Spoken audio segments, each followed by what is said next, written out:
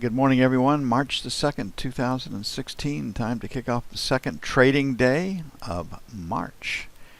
And crude oil, once again, is dominating the headlines. Crude oil has been driving the prices in the E-mini. The E-mini has been driving prices in other futures contracts, most notably the Treasuries, and I think that'll probably be the case again today.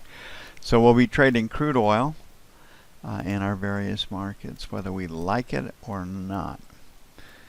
Okay, the most usual occurrence after a trend day is a pause day as the market kind of regroups if it's not associated with a major piece of news and if it doesn't come from a market's edge. The correct split here would be G, and we'll just do that, capital G, this move out of the middle. And you can see that we are pointed lower, and probably the cleanest break in the market is right here in the 129.08 area to this high volume number down here, 128.28. So the attractor, once we went through this low volume number up here at 130.04, is 128.28, and that's probably our trading target. May not get there this morning. Depends on what crude oil does to the market.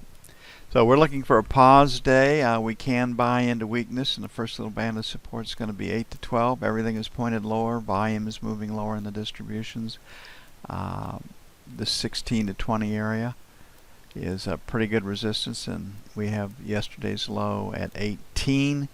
So selling 16s to 20s. Failure to get through this area will be S1. And S2, we pick up the high up there at 25, will be 23 to 27 for S2. And again, trading with an eye on crude oil. On the buy side, buying 8 to 12. The trade still is from the short side, but we can take a long, and then trading against the buck, 29 even, 29.04 for buy 2. Biggest news today, ADP. Looking for 185 in hires. Friday's non-farm payroll, they're looking for 190, so that's in line. Crude oil is expected to build 2.5 million barrels. APIs last night had a build of 9 million plus. So any number less than 9 million will probably be seen somewhat as supportive. And then we'll have the beige book, which will be poured over as people try to figure out how strong the economy actually is.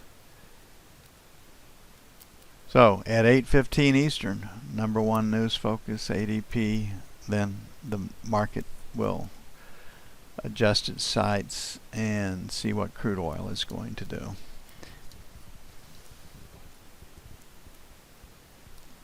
China devalued the yuan again overnight. You know, they take it up a day and say, all is fine. The bottom's not falling out of the market. Jack Lew comes out and says, China's not going to devalue their currencies. They're going to keep it within reasonable bounds, right? As China is fighting for their economic life, and they are a mercantilist country. They export, and they'll do their damnedest to protect their market share. And that involves lowering the currency to maintain their relative parity with, or their relative position with other currencies around the world, so they can export more. It's just the way of life, and they will act in their own self-interest. Okay, the 30-year is a hell of a lot more volatile. It got smashed yesterday. It was off about 3 points. Here we sit. So we got support against the buck, so buying 1s to 5s, buy 1. Next low volume area is down here in the 20 area, so 17 to 21 will be buy 2. On the sell side, we're going to have our problem. We've got the Asian high at 15. We've got the last rotate up in Globex stopped at 19, so resistance begins at 16, 16 to 20, sell 1. And then 27s to 31s picks up this W right here for sell 2. And for those that are new and visiting us, we like our sell 2 points and our buy 2 points because it allows the professional trading community to go gun retail account stops take it above or below, near support or resistance, see what the buying and selling is like when they break out of that first resistance or support zone. Just the way that markets work. 162 yesterday we said was pretty good support. It turned out to be that in the overnight market, and take out 162, then I think we're headed for 161.16, 161.20.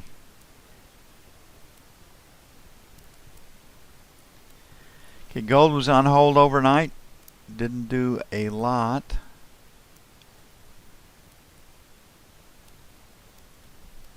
But it didn't break, and we like the buy in the 25-27 area, and we still do. So 25-27, buy one. Got this area over here. So 19 to 21 will be buy two. We rejected prices below 18, so leaning against that rejection I think is a reasonable idea. Last rotate up in yesterday's market stopped at 37, so 34, 36, sell one. Then when the stock market opened 42, so 39 to 41 will be sell two. I'd look for a contained day today, but the bias remains again to the upside because of all the chaos in damn near every area of the world that you look these days, be it government policy, be it outright hostilities, shooting at each other, etc. And nobody's got a lot of confidence in government. You know, people really wonder why in the hell Bernie Sanders is getting this traction and Trump is getting all those tractions, because people don't like what's going on. And they can see that there's a lot wrong and that the status quo is not working out very well. And that is what has kept gold where it is.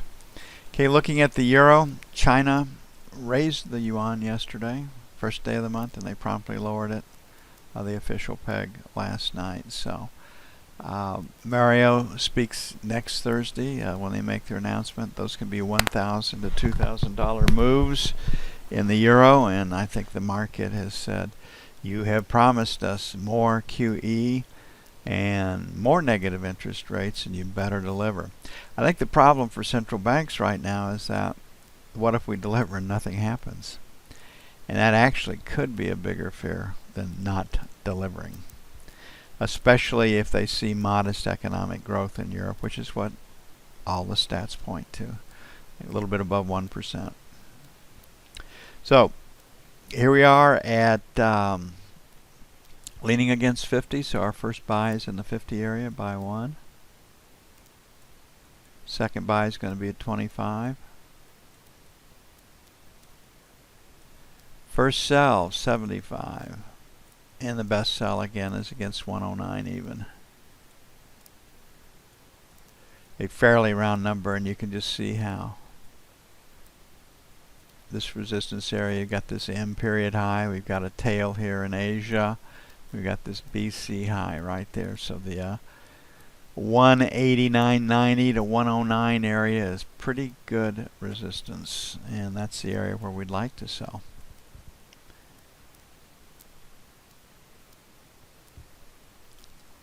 Sometimes they don't let us in where we want to be, though.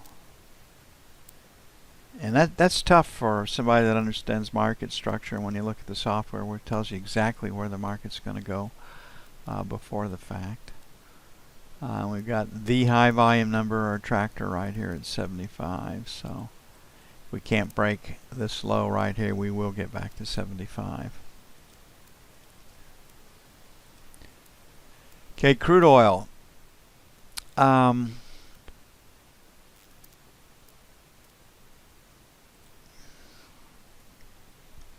Okay, we had the breakout from Asia, and Globex came basically from 33. We were hoping to buy 33 and a quarters, 33.50s in the overnight market. From yesterday's research, we didn't get it. We were picking up this low, yesterday's lows, and we probed, but we didn't quite get there. You can see that there's a seller above 34 and a quarter. So the numbers are the same. We pretty much come in and want to be selling 34 and a quarter, 34.50. or 34.75.35. And with the API build of, I think it was I forget the number, 9 million barrels plus, if the APIs come out any, like 2 or 3, which would be a number the market can deal with, we might get a rally in crude oil. I still think it's going to be hard to take out and hold 35. So again, that 34.50-35 area is prime sell territory. Okay, we have a B pattern. Volume and time are matched. Volume most recent in the market's memory is right back here at 43, so we'll make our first buy 25 to 50. And because the market has rallied into today's EIA report, we might be able to get through that area, so we'll make our second buy zone 32.75.33. And we will see what happens.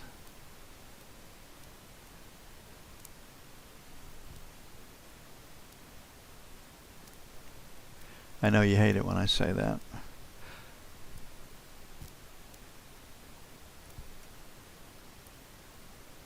As opposed to, this will happen.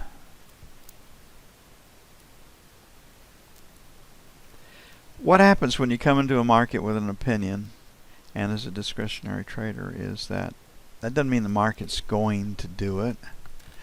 It just means that if it does do it, you can increase your size. You've correctly foreseen the market, and you can trade more aggressively. If the market is not doing what you anticipated, and it's strategy, it's thinking about what might come, so you're not caught in the lurch or not knowing what to do and have to think about it, then you just let the market set up and join it. But if it does fit your idea of the market, then you can trade it much more aggressively. So the focus is going to be crude oil, the direction of crude. First we have ADP at 8:15 Eastern looking at 185. And I remember in the summer before the 2012 elections that ADP, which was a company that was out of Jersey, that was founded by a Democrat senator, they said, we're going to adopt the Bureau of Labor Statistics way of computing unemployment, private employment. And then since then their numbers have been pretty close. Not perfectly close, but pretty close. And if they stay in line with the government, they don't get visited by the regulators and be fined like what happened to the S&Ps, or fired if you're the president of it. And the power of these regulatory agencies, that's what most people will pay the fines and do anything to stay out of their way because they don't want to be hounded or they don't want to be ruined, and that it really is figured as a cost of doing business these days. But S&P paid the price, and they were taken care of, PDQ, and systematically. I think probably the most important information that will come out today as far as continuation and selling in the treasuries will be the beige book.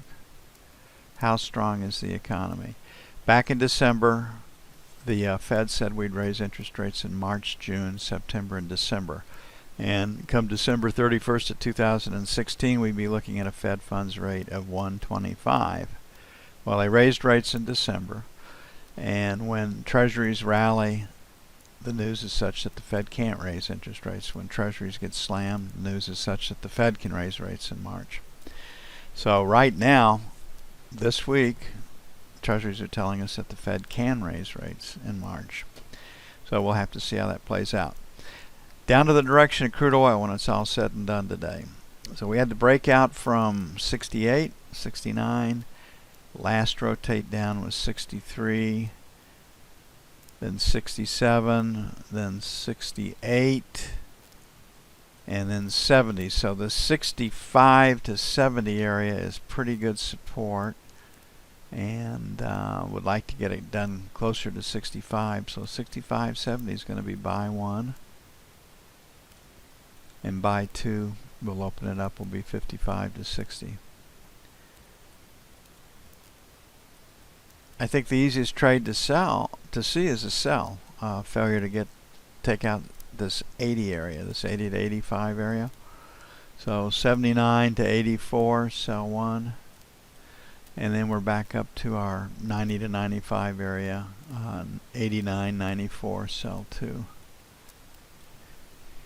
And if we pause it today and have a consolidation day, which is what you'd expect after strong trend days, best support's 1950, 1955. Best resistance is 80 to 85. So the easiest trade for me to see is failure to get through and take out and hold 80.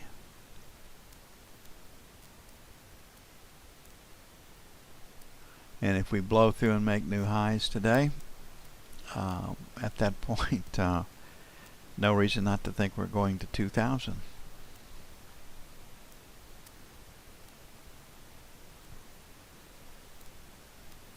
It's going to take a bit to get everything up. For those of you that are visiting the room, I'll be back on at 8 Central, no later than 8 Central, and see you then, or before. And we'll spend a little more time on crude today than we normally do because of yesterday's webinar with Infinity. Good afternoon. It is March the 2nd, 2016, and we came into today's market with crude driving our prices, and crude whipped us around. We had a reasonable day trading. The overall view this morning coming in is we're buyers at 65 to 70, and we were sellers at 79 to 84. And you can see that got a couple of trades off at the market's edges with our setups. First trade, Nancy's tweezers right here, small winner, retest failure, mean green trade, nice winner, V bottom, nice winner, V top, nice winner, this S that we participated in, nice trade happened quickly. This S was a loser for us, this buy was a winner. Nancy's tweezers, small winner. Retest failure, these are methodology trades, plus. This S took a long time to develop, plus. V bottom, scratch. Monkey trade, scratch. Retest failure right here, V bottom, plus. B is scratch. Retest failure right here, a loser. Nancy's tweezers, plus. So if you get in and you stick with it and you take the trades as they come up, you'll do just fine. There will be losers, but the original idea this morning was we were going to see a pause day that usually comes after a trend day, and then we ought to find sellers above 80 and buyers. First guess that we've had buyers would be 65 to 70, and that turned out pretty much as expected. Looking at our F1 screen, higher low, higher high. We can trade higher. Again, just got real clean break in this 81 area. We have this high right here at 92. Now this is 4-point increments, so it does get compressed quite a bit. Looking at our F2 screen, it's a P. We would expect either in Globex or tomorrow a retest of the Asian high over here, and if it holds, we might get ourselves a sale tomorrow.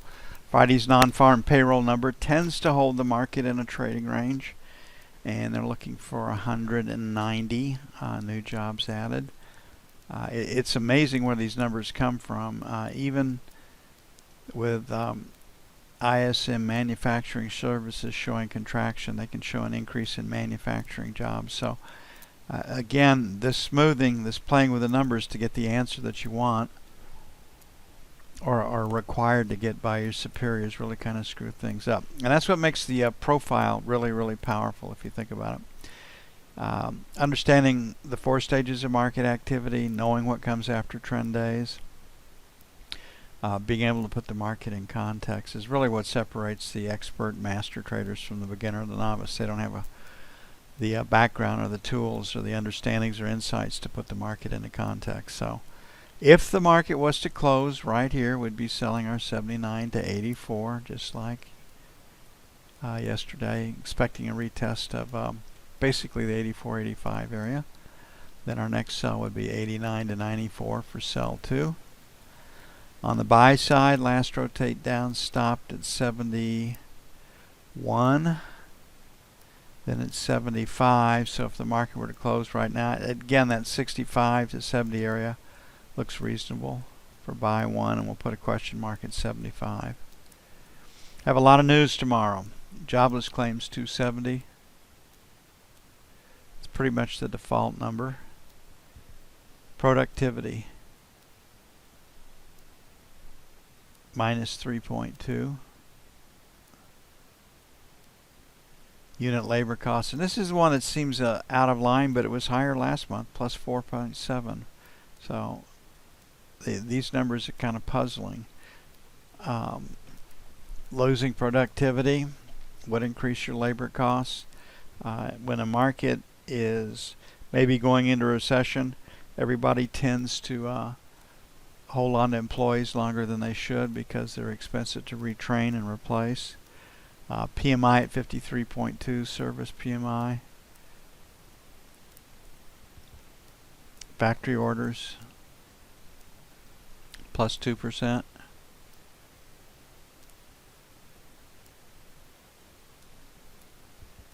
ISM services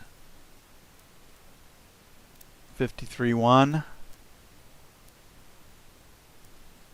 And this number could come in a little bit lower than forecast. And then natural gas inventories, as warm as it has been this past week, maybe a drawdown of 100 BCF. So the market's focus will be jobless claims,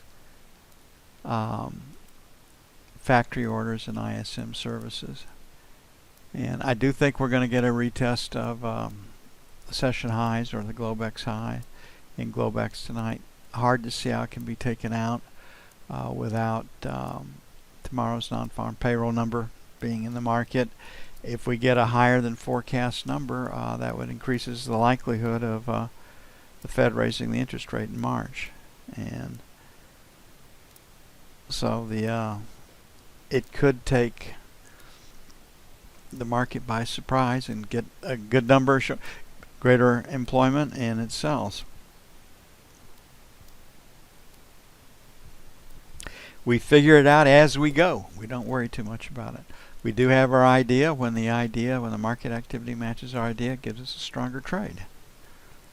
We can put more size on. We can become more aggressive in our trading. If it's going against how we see the market, then don't increase our size and take the signals, but don't back them. Okay, lower high, lower low. This market is pointed lower. And when we look at the 10-year notes pattern, we're going to see a B with volume below time. And we anticipated a pause day, but we got a pause day with a lower bias matching what went on with yesterday's markets and with today's news. Today's news once again came in stronger than forecast. Showing economic strength, not weakness. So the market's to close at 12. This is where the close is. We're trying to sell 15s to 19s, sell 1. 23 to 27, sell 2. On the buy side, we're buying 5s to 9s, buy 1. And 29s to 01s, buy 2. Like the short side of the market, especially if the E-mini's higher.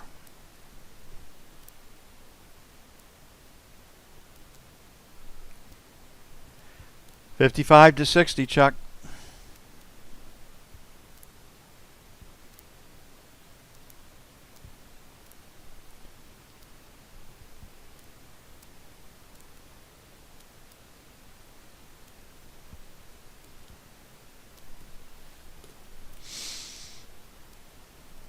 Looking at the 30-year, Volume is below time, same situation as the 10-year note. I've got pretty good resistance up in the 24, 28 area. So we'll do like we did today, 27, 31, sell 1, it's where resistance is. And then we'll make it 7 to 11 for sell 2. On the buy side, last rotate down stopped at 18. Then we've got a 14. Then we've got a 10. So 10 to 18 is where we are. So we'll make 17 to 13. It's kind of come right in here in this high volume area for buy 1. And then back to our 1 to 5. And if we break 162, probably headed for 160 before the selling's all done. Amazing how fast we can come from 170 down to 162. And that's why you can't trade without risk protection. You can just get absolutely wiped out quickly with no chance of recovery. So why even put yourself in that situation? Make sure that you got risk taken care of as you put the trade on.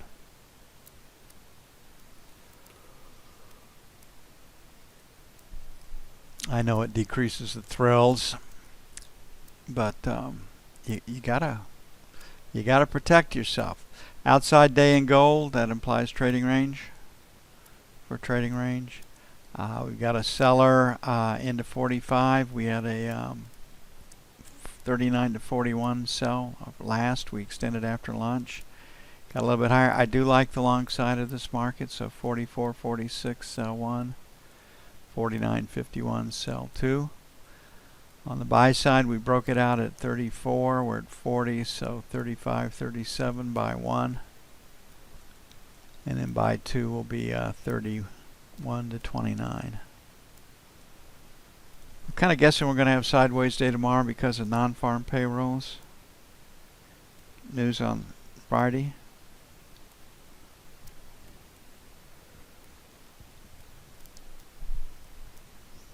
If I had to put down in writing what type of a day we'd have tomorrow, it would be another pause day, range bound, trading between support and resistance. Crude's interesting. We have not thoroughly rejected the 35 area. Structurally, that was the next sell on the charts, and that came from right in here. So 35 plus or minus, and you can see this low volume area, 35, 35 and a quarter. I think the high was 35.18. So this one can actually be bought tomorrow if it doesn't break. Definitely dealing with a P, and looks like volume and time are matched. So resistance is at 35, 35, 35 and a quarter, sell 1. 50 to 75, sell 2. Last rotate down stopped in the 34 area. So 34, 34 and a quarter, buy 1. And then 33, 50 to 75, buy 2.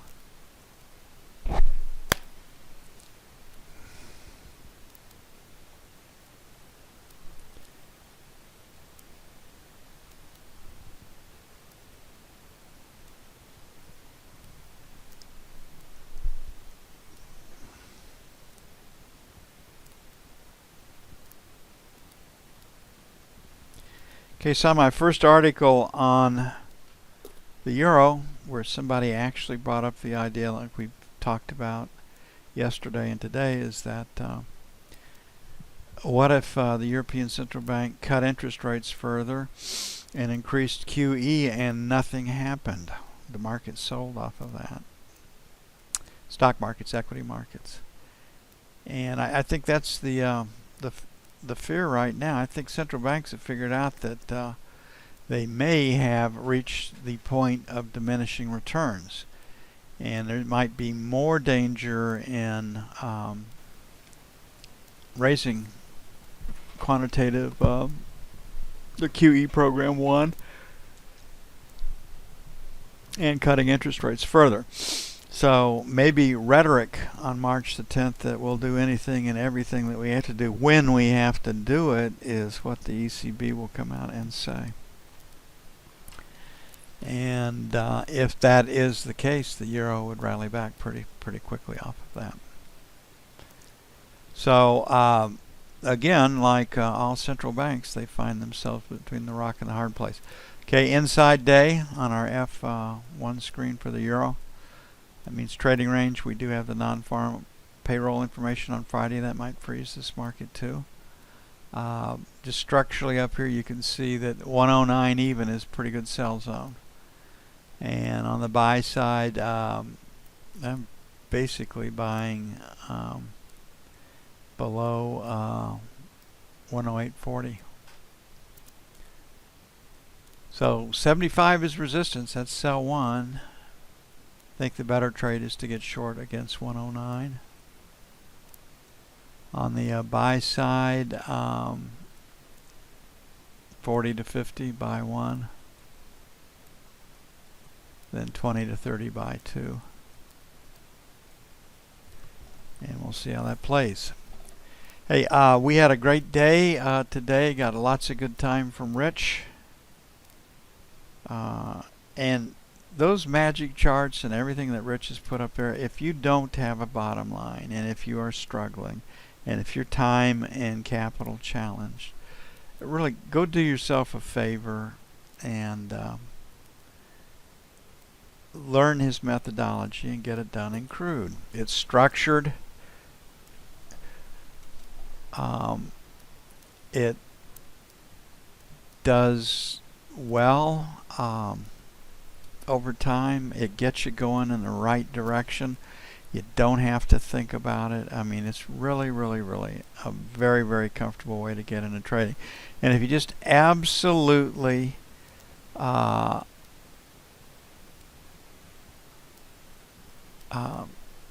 to be an E-mini trader, just know that you can get back and do it. And with that said, I will sign off for now, and I will see you bright and early in the morning. You all have a great evening, and we'll be back at it again in the morning.